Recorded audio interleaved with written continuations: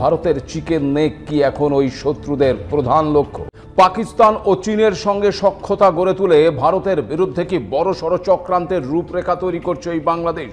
বাংলাদেশের বিরুদ্ধে কি এবার তবে সামরিক অভিযানে নামতে চলেছে ভারত?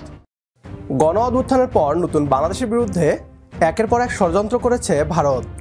ছাত্র জনতার নতুন সরকারকে ব্যর্থ করতে সব রকম চেষ্টা করেছে তারা। সমমর্যাদার ভিত্তিতে বাংলাদেশ বন্ধুত্বের প্রস্তাব দিলেও ভারত তা প্রত্যাখ্যান করে দুশ্মনীর পথ বেছে নিয়েছে। তবে নতুন বাংলাদেশ জানে কিভাবে ভারতকে বাগে আনতে হয়। চিকেন নেক এবং সেভেন সিস্টার্স নিয়ে বাংলাদেশ সেনাবাহিনীর বেশ কিছু নতুন কার্যক্রম ভারতীয়দের বুকে যথেষ্ট কাঁপন ধরিয়ে দিয়েছে। চীন ও পাকিস্তান থেকে আধুনিক হাতিয়ার আমদানি করে সামরিক বাহিনীকে শক্তিশালী করেছে বাংলাদেশ। এতেই যেন সিঁদুরে মেঘ দেখছে ভারতীয়রা। নতুন বাংলাদেশকে আটকাতে সামরিক অভিযান শুরু করবে ভারত, এমনটাই দাবি করছে পশ্চিমবাংলার মিডিয়া। এ নিয়ে কি বলছে তারা, আসুন তা দেখি। হাসিনা পরবর্তী বাংলাদেশে কি গড়ে তোলা হচ্ছে জঙ্গি ঘাঁটি? ঢাকায় সক্রিয় হচ্ছে লস্করে তৈবা। পাকিস্তান ও চীনের সঙ্গে সখ্যতা গড়ে তুলে ভারতের বিরুদ্ধে কি বড়সড় চক্রান্তের রূপরেখা তৈরি করছে এই বাংলাদেশ? ভারতের চিকেন নেক কি এখন ওই শত্রুদের প্রধান লক্ষ্য? পরিস্থিতি আঁচ করেই কি প্রয়োজনীয় ব্যবস্থা নিচ্ছে ভারত?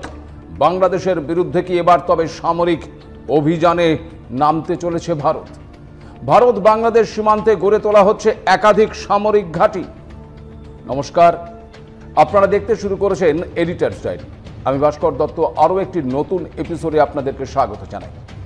ভারতের শত্রু এখন আর শুধু ওই পাকিস্তান আর চীন নয়, বাংলাদেশও এখন ভারতের শত্রু দেশ হিসেবেই পরিগণিত হচ্ছে।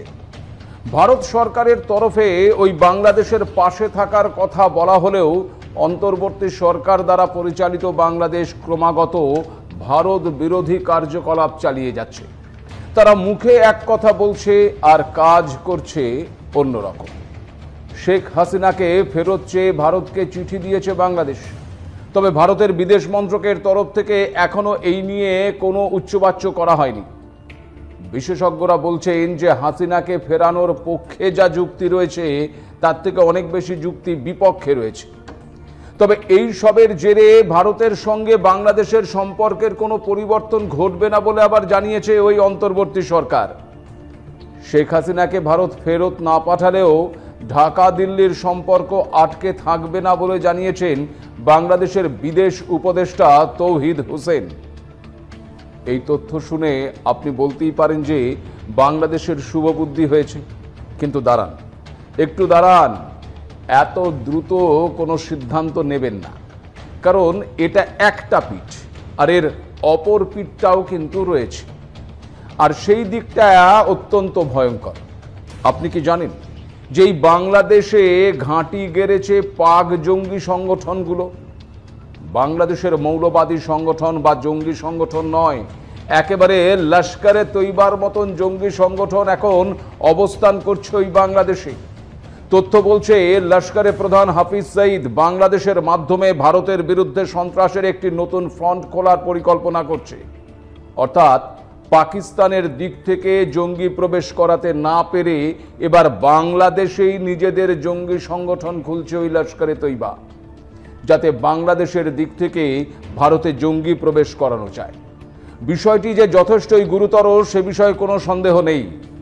আর সে কারণেই এবার ভারত বাংলাদেশ সীমান্তে স্পর্শকাতর ওই চিকেন স্নেক বা শিলিগুড়ি করিডোর এই রক্ষার জন্য বড়সড় পদক্ষেপ নিয়েছে নয়াদিল্লি। বাংলাদেশের বিরুদ্ধে সামরিক অভিযান শুরু করলে বাংলাদেশও বসে থাকবে না। আমরা চাই ভারত বাংলাদেশের উপর আক্রমণের ভুল সিদ্ধান্তটা নিয়ে নিক। বিগত 17 বছর যাবৎ বাংলাদেশের সামরিক বাহিনীকে দুর্বল করে রেখেছে ভারত এই উদ্দেশ্যেই। ভারত যখন বাংলাদেশে আক্রমণ করবে তখন যেন বাংলাদেশের সামরিক বাহিনী কোনো প্রতিরোধ গড়ে তুলতে না পারে।